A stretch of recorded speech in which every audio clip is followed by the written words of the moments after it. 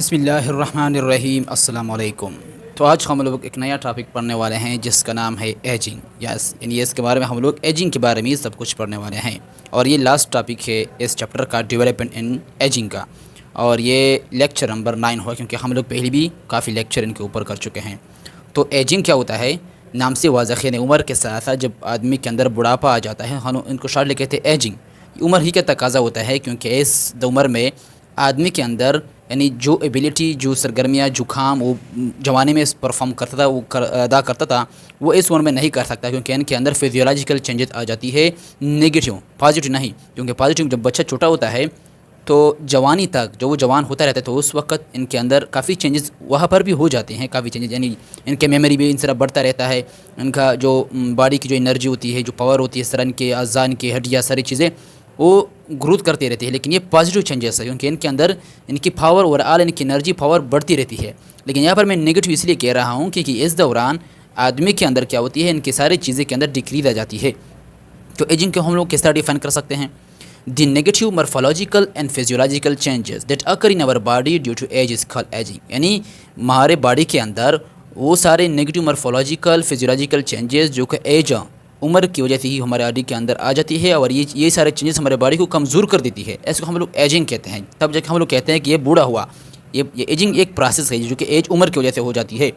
تو اس لیے ان کے مارفولوجی کے اندر بھی چینجز آ جاتی ہے جب آدمی بوڑھا ہو جاتا ہے۔ ان کا اگر شکل دیکھی جائے، ان کے باڈی دیکھا جائے، ان کا اسکن، چمڑا، یعنی ان کا جو اسکن دیکھا جائے، جیل، تو ان سارے کی چیزیں آپ لوگوں کو کلیئر دکھائی دے رہا ہوتا ہے کہ ان کے اندر مارفولوجیکل چینجز نظر آتے ہیں، اور فزیولوجیکل چینجز بھی ان کے اندر آ جاتے ہیں۔ ان کے باڈی کے بہت سارے فنکشن کیا ہوتی ہے، وہ ان کے اندر ڈکلائن آ جاتا ہے، کمی آ جاتا ہے باڈی کے فنکشن دیکھا جائے۔ اور اگر باڈی کے آرگن کے فنکشن کی بات کی تو ان کے اندر بھی بہت ساری چیزیں کی بہت ساری چینجز آ جاتی ہے نگیٹیو، یعنی جیسے دل کا دھڑکنا کیا ہوتی ہے، یعنی بلڈ پریشر، ان کے سیل کا ٹرانسپورٹ ہوتا ہے ان کے اندر میٹیریل کا، اور ان کا جو یورین فارمیشن، اس طرح کی ساری چیزیں کیا ہو جاتی ہے، جو ان کے انٹرنل جو آرگن ہوتے ہیں، ان کے جو وائٹل آرگن ہے، بہت قیمتی، بہت امپورٹنٹ آرگن، وہ اسی طرح ایکٹیویٹیز، اسی طرح فنکشن کلیئرلی پرفارم نہیں کر سکتے جس طرح وہ جوانی میں کرتے تھے۔ اس لیے ہم لوگ کہتے ہیں کہ ان کے اندر فزیولوجیکل نگیٹیو چینجز آ گئے ہیں اس پرسن کے اندر، کیونکہ وہ بوڑھا ہو چکا ہے ایج کی وجہ سے۔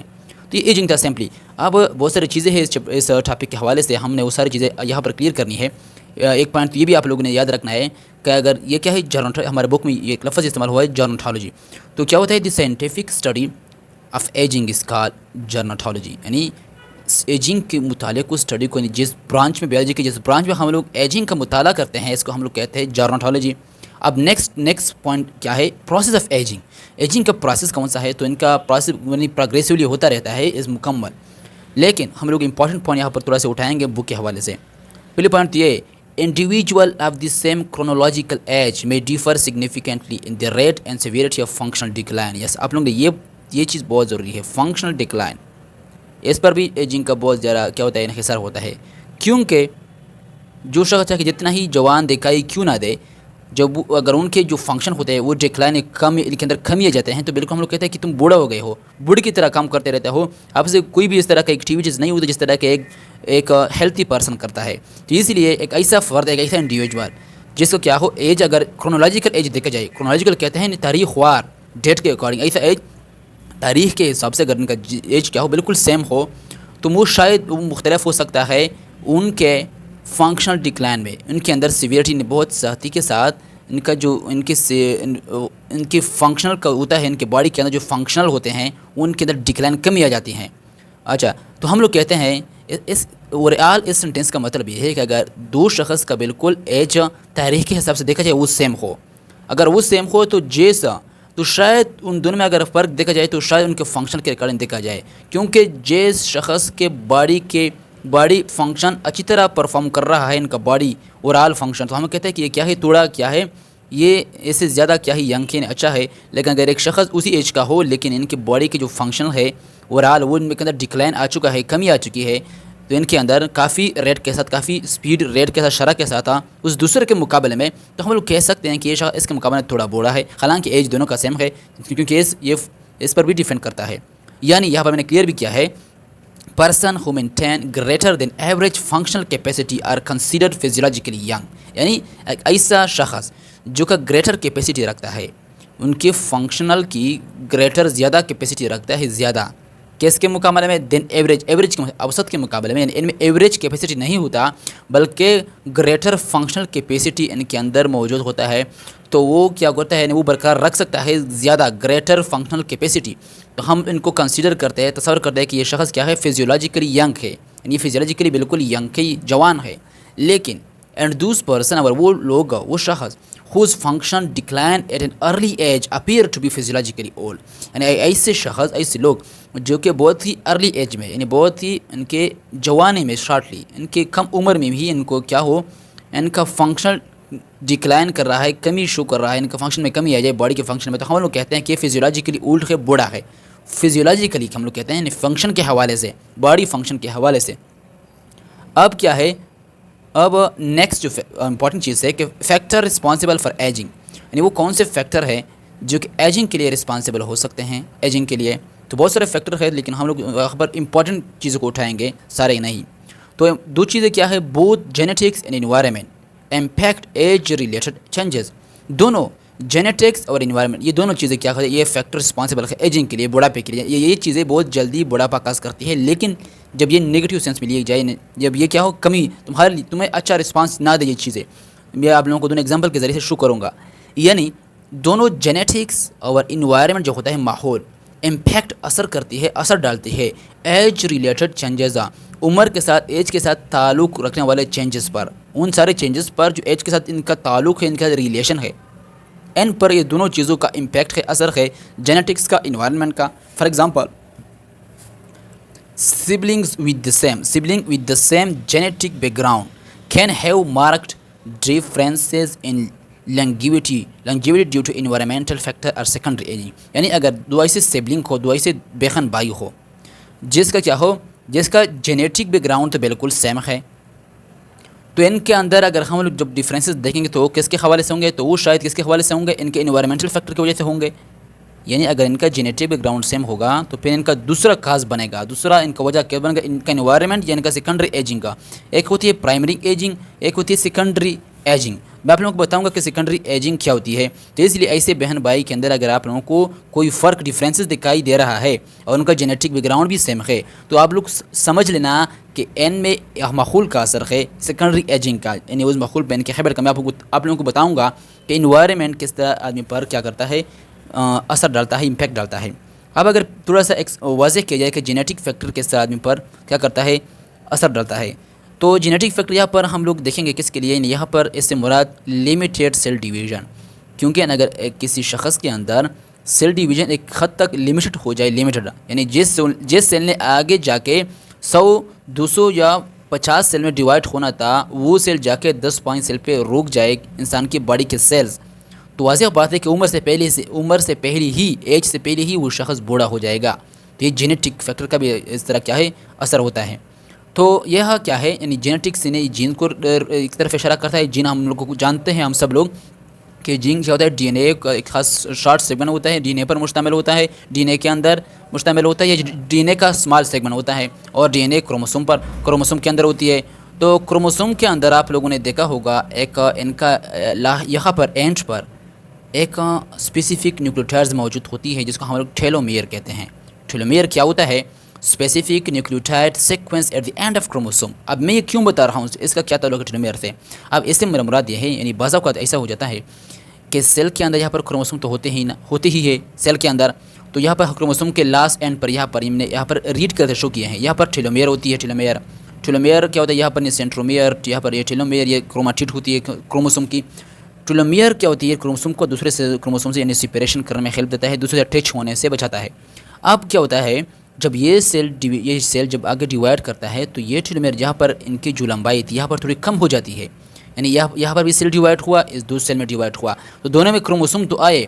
क्रोमोसोम के ऊपर जो क्या था, टेलोमेयर था, उनका यहाँ पर जो लेंथ था इसके मुकाबले में यहाँ पर थोड़ा कम दिखाई देगा। जब ये सेल मज़ीद आगे डिवाइड करेगा तो इनका टेलोमेयर का जो लेंथ है वो मज़ीद डिक्रीज़ होगा। तो इसलिए डिवीजन के साथ साथ टेलोमेयर के अंदर इस तरह क्या हो जाती है, ये डिक्रीज़ आती रहती है इनके लेंथ के अंदर, और आखिरकार बिल्कुल ये ख़त्म हो जाता है। तो इसकी वजह से क्रोमोसोम क्या हो जाता है, थोड़ा इनका स्ट्रक्चर काफ़ी डिस्टर्ब हो जाता है। तो इस तरह के ये भी खास हो जाए, जेनेटिक फैक्टर हो सकता है। और सेल डिवीज़न का जो अगर उनका डिवीज़न लिमिटेड हो जाए तो ये भी एजिंग का क्या हो जाता है, खास बन सकता है। अच्छा जी, تو یہ تو جنرل سی چیزیں ہیں. اب انوائرمنٹ کا کیا اثر ہوتا ہے ایجنگ کے اوپر، یعنی اس کو ہم لوگ دوسری زبان میں ایکسٹرینزک فیکٹر بھی کہتے ہیں. انٹرینزک نہیں بلکہ یعنی ایکسٹرنل فیکٹر انوائرمنٹ کا. تو اس سے یعنی مراد ہم لوگ یہ سکتے ہیں یعنی پور health habits.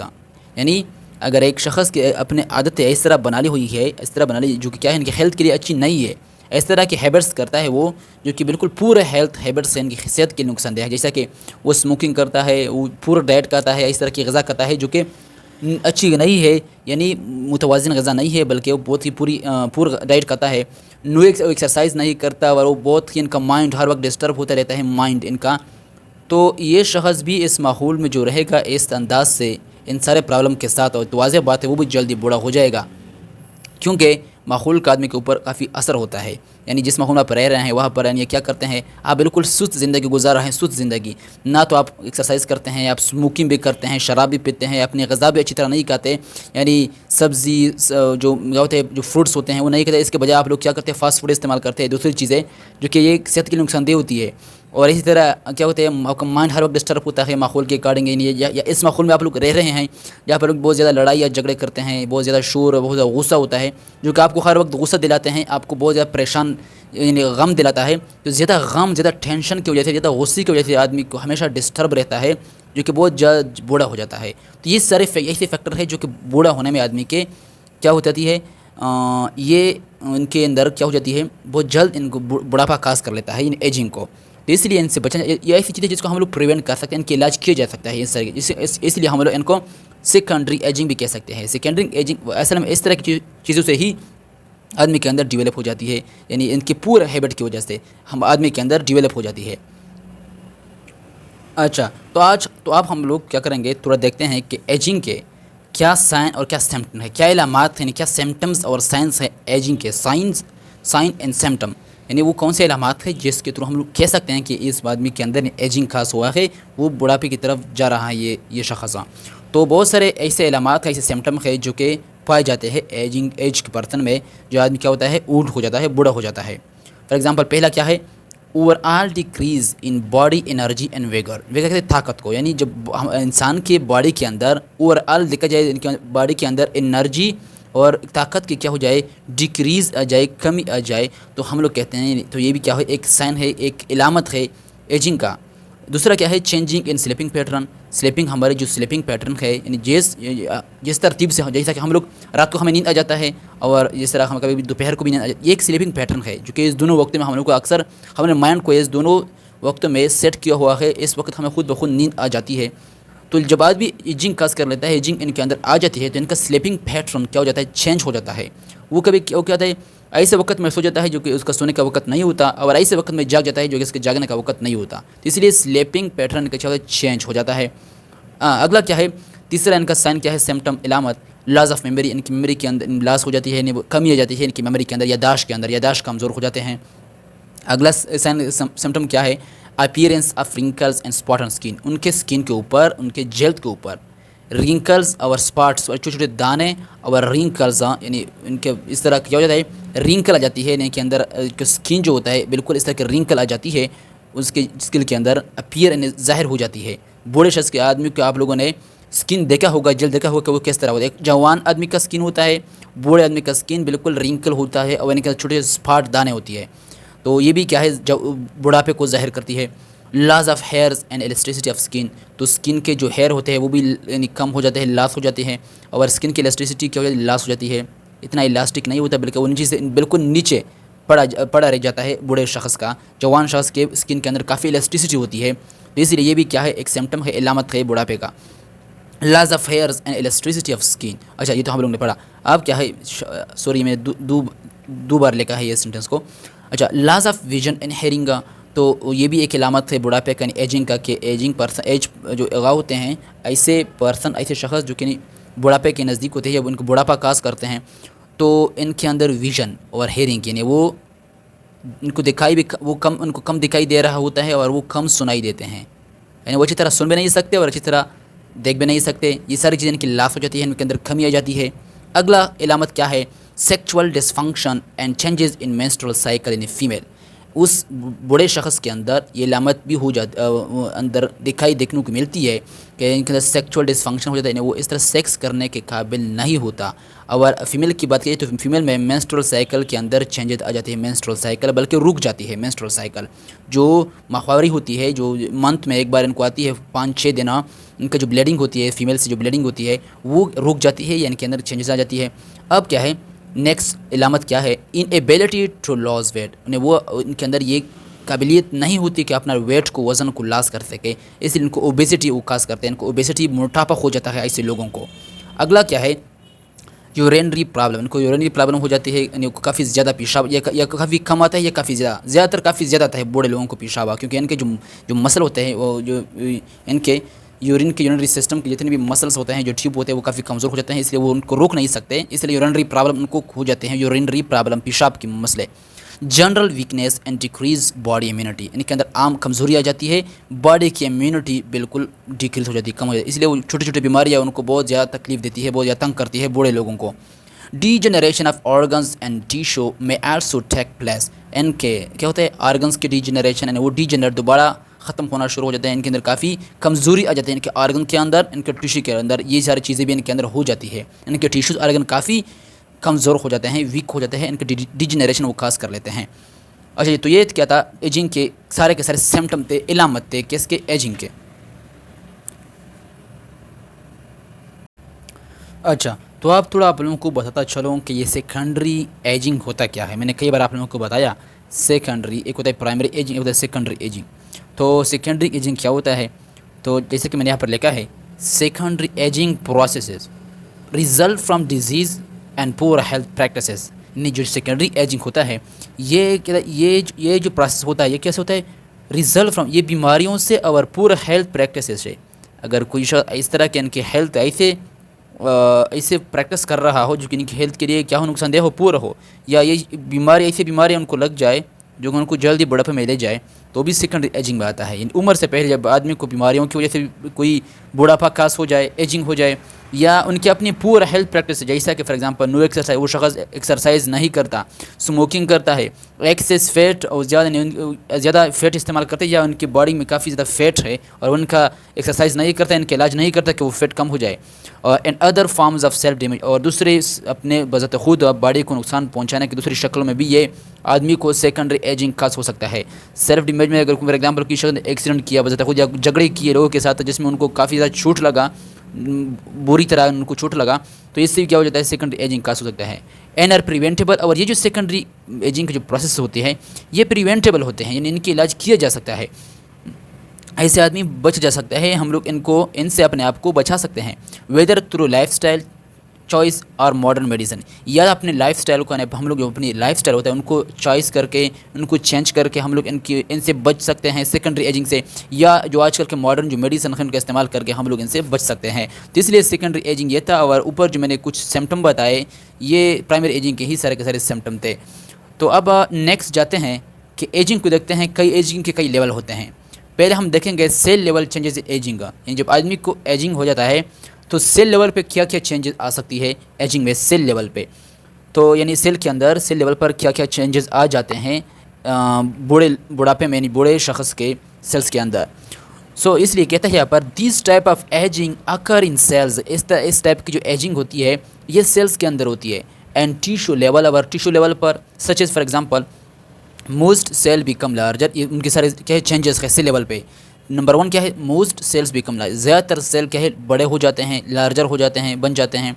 Number 2 few cell become shrink, कुछ सेल श्रिंक हो जाते हैं, जैसे कि फॉर एग्जाम्पल जब सेल्स क्या हो जाता है इनका जो कंटेंट होता है, इनका जो सारा अंदर का कंटेंट्स है या इनके जो वाटर है जब वो मुकम्मल तौर पर निकल जाए तो उससे बिल्कुल श्रिंक हो जाता है। तो इसलिए कुछ सेल लार्जर, बुढ़ापे में जब सेल लेवल पर जब आदमी को बुढ़ापा खास हो जाता है, आदमी एजिंग खास कर लेता है, तो इनका कुछ सेल बहुत लार्जर बन जाते हैं और कुछ सेल बिल्कुल श्रिंक हो जाते हैं, श्रिंक उनके सेल्स जो है ना, ये हिस्ट्री सेल की बात हो रहा है यहाँ पर। Number 3 the capacity of cellular division and reproduction decreases, उनके सेलुलर डिवीजन की जो कैपेसिटी है, जो काबिलियत है, जो कैपेसिटी सेलुलर डिवीजन की है उनके, वो क्या है डिक्रीज हो जाती है, उनके रिप्रोडक्शन की। आसान लफ्ज़ों में ये कि सेलुलर डिवीजन की सेल के जो डिवीजन है और उनके जो रिप्रोडक्शन है वो उनकी कैपेसिटी बिल्कुल कम डिक्रीज हो जाती है, घट जाती है, कम हो जाती है। Number 4 the ability of repairing decline in ageing cells. جب آدمی کو ایجنگ ہو جاتا ہے تو ان کے ایجنگ سیل میں ایجنگ سیلز میں کیا ہو جاتا ہے, ریپیئرنگ کی ایبلٹی ڈکلائن ہو جاتی ہے, یعنی کم ہو جاتی ہے. وہ جب ان کو کوئی خطرہ یعنی کوئی اس طرح کی چیز نقصان ان کو جب پہنچتا ہے ان کے سیلز کو, تو ان کے ایجنگ سیل میں یہ ایبلٹی ختم ہو جاتی ہے کہ وہ خود کو ریپیئر کر لے, دوبارہ مرمت کرنے کی ایبلٹی قابلیت ان میں ڈکلائن ہو جاتی ہے, کم یعنی گٹ جاتی ہے.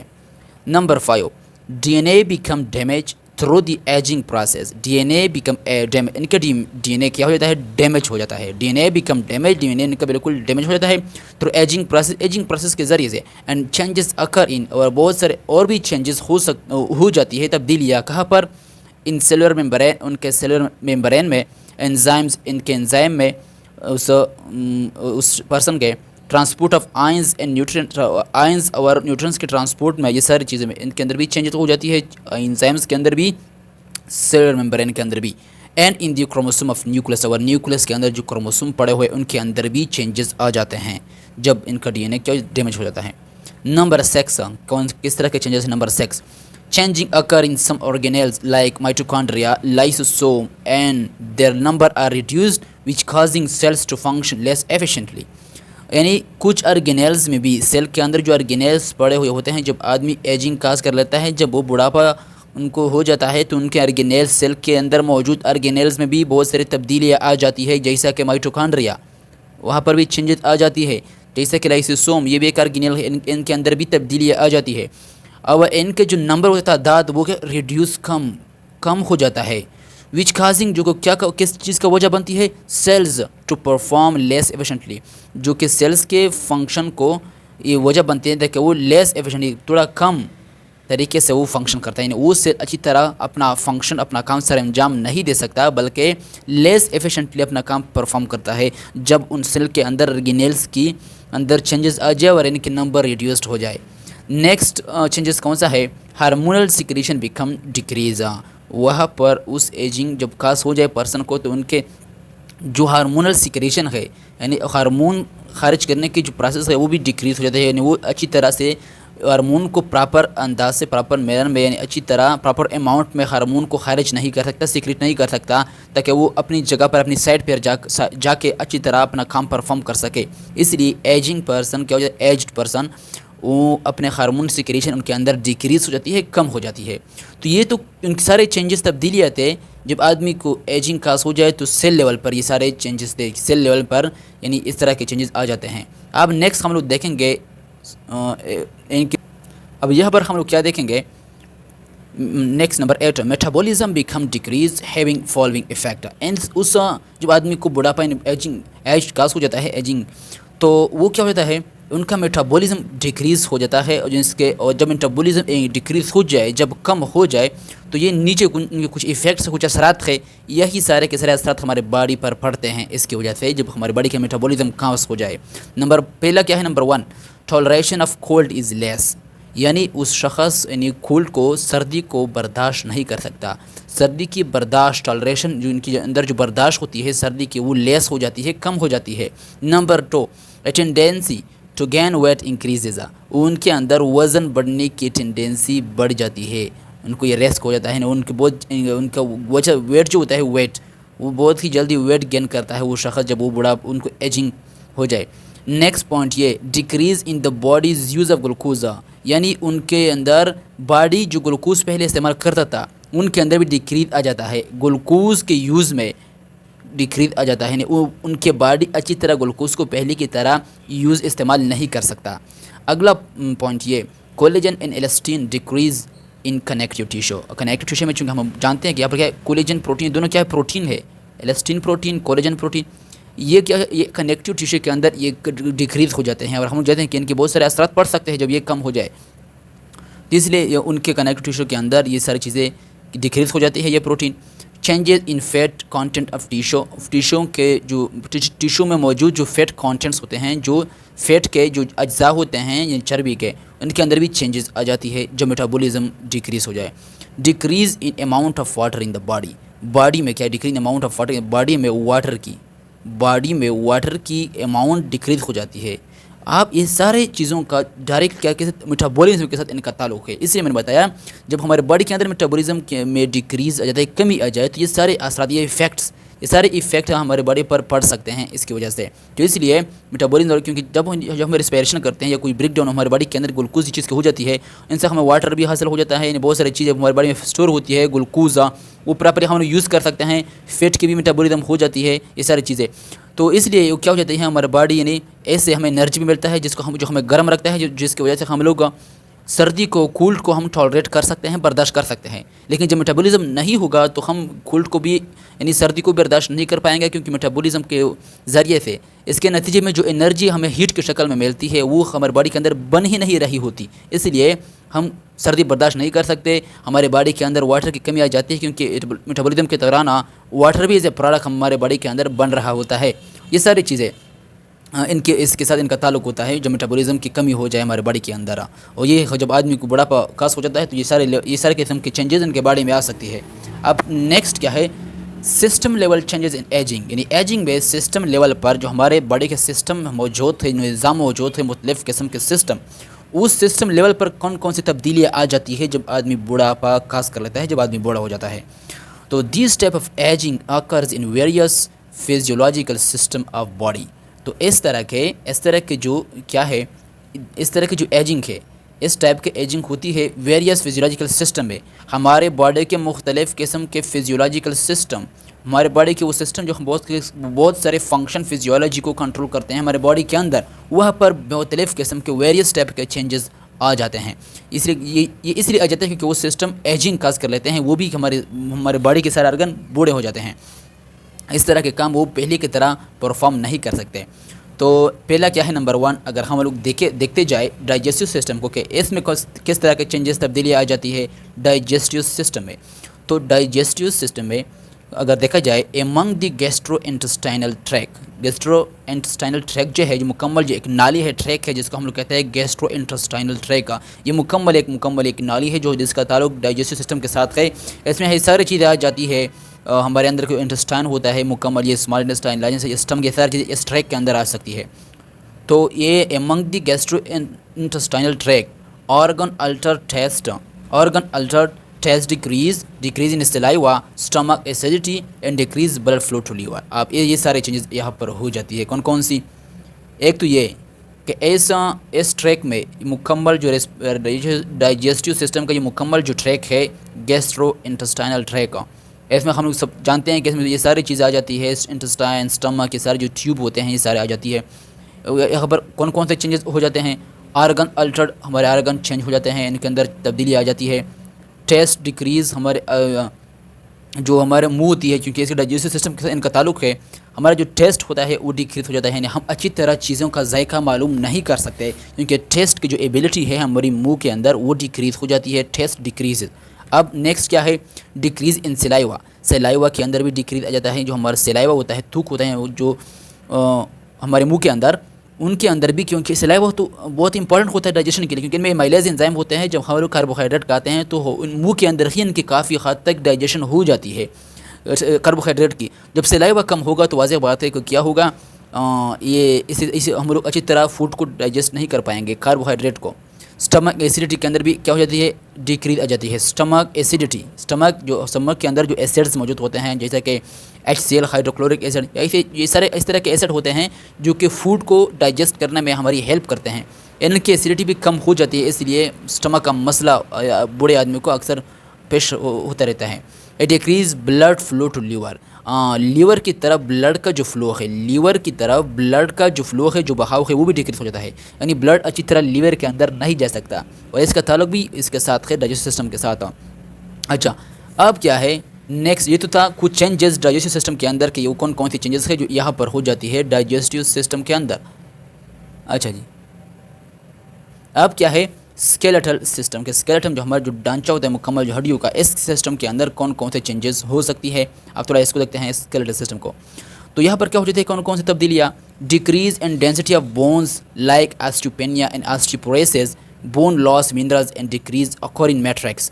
यानी बोन की जो ओवरऑल डेंसिटी है, बोन्स की जो हमारे स्केलेटल सिस्टम की जितने भी बोन्स के हड्डियाँ है उनकी डेंसिटी क्या हो जाती है, उनकी डेंसिटी कम हो जाती है, डिक्रीज हो जाती है। जैसा कि कुछ बीमारियाँ जो हम सब लोग मैट्रिक से पढ़ते आ रहे हैं, ऑस्टियोपेनिया, ऑस्टियोपोरोसिस, तो ऑस्टियोपेनिया और ऑस्टियो ये सारी बीमारियाँ भी खास हो जाती है। यानी कभी कभार हमारे हड्डियों के अंदर सुराख हो जाते हैं, कमज़ोर हो जाते हैं, कैल्शियम की कमी हो जाते हैं। तो ये सारे ऑस्टियोपेनिया, ऑस्टियोपोरोसिस ये सारे बहुत सी नुकसानदेह बीमारियाँ हैं हड्डियों के। वो तो ये भी जब इनके डेंसिटी कम हो जाए बोन को, तो इस तरह की बीमारियाँ बोन को लग जाती है। हमारा बोन लॉस मिनरल, और बोन के अंदर जो मिनरल्स मौजूद होती है वो भी लॉस हो जाती है, यानी इनसे लॉस खारिज हो जाती है।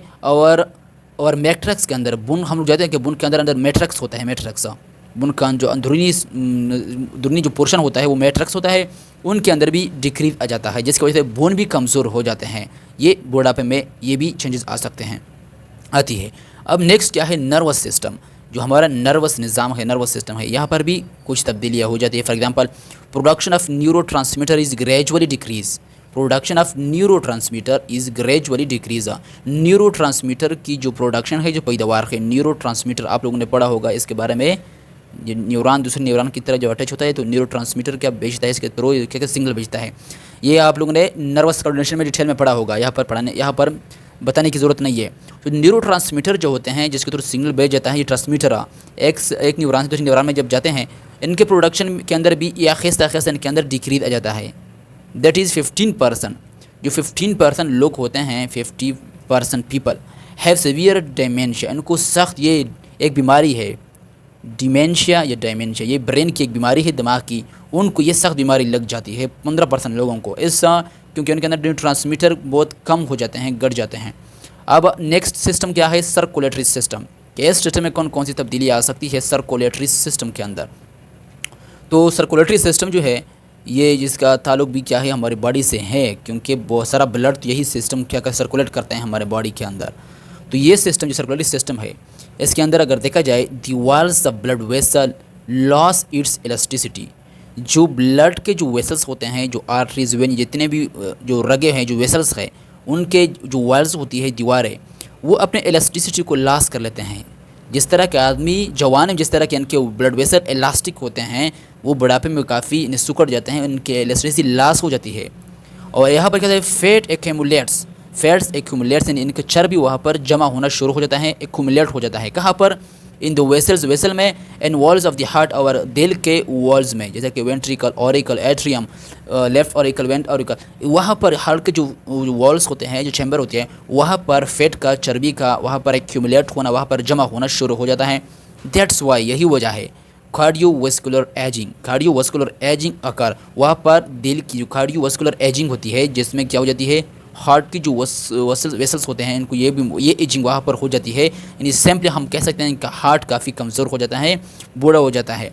The heart could be smaller than normal due to lack of minerals. यानी उनका जो हार्ट, जो दिल है बूढ़े शख्स का, जब इनको ये एजिंग हो जाती है, वो स्मॉलर, छोटा भी हो सकता है, नॉर्मल के मुकाबले में छोटा भी हो सकता है। किसकी वजह से, due to lack of what, nutrients की कमी की वजह, due to lack of nutrients की कमी की वजह से क्या हो जाता है, उसके न्यूट्रिएंट्स की कमी की वजह से उनके हार्ट में कमी, उनके हार्ट में मिनरल्स की, न्यूट्रिएंट्स की कमी हो जाती है, जिसकी वजह से उनका हार्ट का जो साइज़ है वो स्मॉलर हो जाता है। वे एज लांगर, और इनका दिल या तो छोटा भी स्मॉलर हो सकता है या लार्जर हो सकता है। लार्जर इसलिए हाई ब्लड प्रेशर की वजह से, यानी उस बूढ़े शख्स का दिल छोटा स्मॉलर इसलिए हो सकता है क्योंकि इनको न्यूट्रिएंट्स की कमी होती है। और जबकि वहाँ पर बाज़ बूढ़े लोगों की दिल काफ़ी लार्जर हो जाता है, वो किस लिए, high blood pressure, severe high blood pressure की वजह से, इसलिए क्योंकि ब्लड काफ़ी प्रेशर से उनके हार्ट में जा रहा होता है, जिसकी वजह से इनका हार्ट का ओवरऑल साइज़ काफ़ी लार्ज हो जाता है। Usually ageing causes left ventricle वाल टू थिकन। अमूमन जो एजिंग होता है बुढ़ापा, वो हमारे हार्ट का जो लेफ्ट वेंट्रिकल, एक होता है राइट वेंट्रिकल, एक होता है लेफ्ट वेंट्रिकल, ये एक चैम्बर है, एक चैम्बर है हार्ट का। तो हार्ट का जो लेफ्ट वेंट्रिकल है, उनका वॉल काफ़ी थिकन हो जाता है, यानी काफ़ी मोटे हो जाते हैं, थिकन। अच्छा, अब क्या है, अब इम्यून सिस्टम की तरफ बढ़ते हैं कि इस सिस्टम के अंदर कौन सी तब्दीली आ जाती है। इस सिस्टम के अंदर तो similarly ageing occur in immune system which fight against diseases. اسی طرح امیون سسٹم کے اندر بھی ایجنگ ہو جاتا ہے. یہ وہ سسٹم ہے جو کہ کیا کرتا ہے فائٹ اگینسٹ ڈیزیز. یہ ہماری باڈی کا وہ نظام ہے جو کہ بیماریوں کے خلاف لڑتا ہے, فائٹنگ کرتا ہے. انفیکشنس میں اگر ان کے اندر بیماری یا انفیکشن ہو سکتی ہے اور پرولانگ یا کافی حد تک ان کو لمبے ان کو یہ بیماری یا انفیکشن ہو سکتی ہے due to deficiency in immune system. Immune system کی ڈیفیشینسی کی وجہ سے, یعنی جب آدمی کا امیون سسٹم کے اندر ڈیفیشینسی یعنی کمی آ جائے بوڑھے آدمی کے دل میں, تو جب یہ ڈیفیشینسی آ جائے تو اس آدمی کو انفیکشن کافی جلدی کاس ہوتا رہتا ہے اور کافی لمبے عرصہ تک یعنی ان کو چھوٹی چھوٹی بیماریاں لمبے عرصہ تک ان کی باڈی کے اندر پڑی ہوئی رہتی ہے, کیونکہ ان کو ہر وقت انفیکشن بھی ہوتا رہتا ہے. وہ یہ سب اس لیے ہوتا رہتا ہے کیونکہ اس بوڑھے شخص کا, اس بوڑھے آدمی کا یا اس شخص کو ایجنگ کا ہوا ہے. میں ہمیشہ بوڑھے کا لفظ استعمال کرتا ہوں, اس سے مراد صرف بوڑھا نہیں ہے, کبھی کبھی جوانوں کو بھی ایجنگ بہت جلدی کاس. میں نے بتایا سیکنڈری ایجنگ کے اندر کہ کوئی اپنی صحت کا خیال نہ رکھے تو اس کو بھی ایجنگ لگ سکتا ہے یہ, تو اس لیے ان کو کافی جلدی بیماریاں لگی رہتی ہے. اب کیا ہے, یعنی ان کا اگر دیکھا جائے next point, kidneys loss efficiency at clearing waste from the blood. یعنی اس کی جو کڈنیز کے اندر بھی چینجز ہو جاتی ہے جب آدمی بوڑھا ہو جائے, ان کو ایجنگ کا ہے, وہ اپنا ایفیشینسی اپنے جس طرح وہ ایفیشینسی پہلے رکھتا تھا, ان کے گردے ان کے کڈنی اس طرح ایفیشینسی نہیں رکھ کے وہ لاس کر لیتے ہیں, اس لیے وہ اچھی طریقے سے بلڈ سے ویسٹ پروڈکٹ کو ان کی کلیئرنگ نہیں کر سکتا. ویسٹ چیزوں کی جو ویسٹ چیزیں ہوتی ہیں, ویسٹ پروڈکٹ ہوتی ہیں ہمارے بلڈ کے اندر, ان کی اچھی طرح فلٹریشن نہیں کر سکتا, بلڈ سے وہ چیزیں نہیں نکال سکتا اچھی طرح, کیونکہ ان کی ایفیشینسی لاس ہو جاتی ہے بڑھاپے میں. بلیڈر کیپیسٹی ڈکلائن, ان کے جو مثانہ ہوتا ہے, جو بلیڈر ہوتا ہے, ان کی کیپیسٹی ڈکلائن کمی آ جاتی ہے ان کے بلیڈر میں, ان کے جو بلیڈر ہوتا ہے urine bladder. And urinary incontinence, جس کو ہم لوگ کہتے ہیں یورین ناٹ کنٹرول, یہ can occur especially in women, خاص کر یہ عورتوں میں زیادہ ہوتی ہے. جب وہ بوڑھی ہو جائے تو ان کا جو بلیڈر ہے ان کی کیپیسٹی کم ہو جاتی ہے, جس کی وجہ سے ان کو کیا ہو جاتا ہے یورینری انکانٹیننس ہو جاتی ہے. یعنی وہ یورینری انکانٹیننس سے کیا مطلب, اس سے مراد یہ ہے کہ وہ اپنے پیشاب کو, اپنی یورین کو کنٹرول نہیں کر سکتی, اور یہ خاص طور یہ عورت مرد دونوں میں ہو جاتی ہے, لیکن خاص طور پر عورت میں یہ زیادہ ہوتی ہے. جب بوڑھی ہو جائے تو وہ اپنی پیشاب کو اچھی طرح کنٹرول نہیں کر سکتی.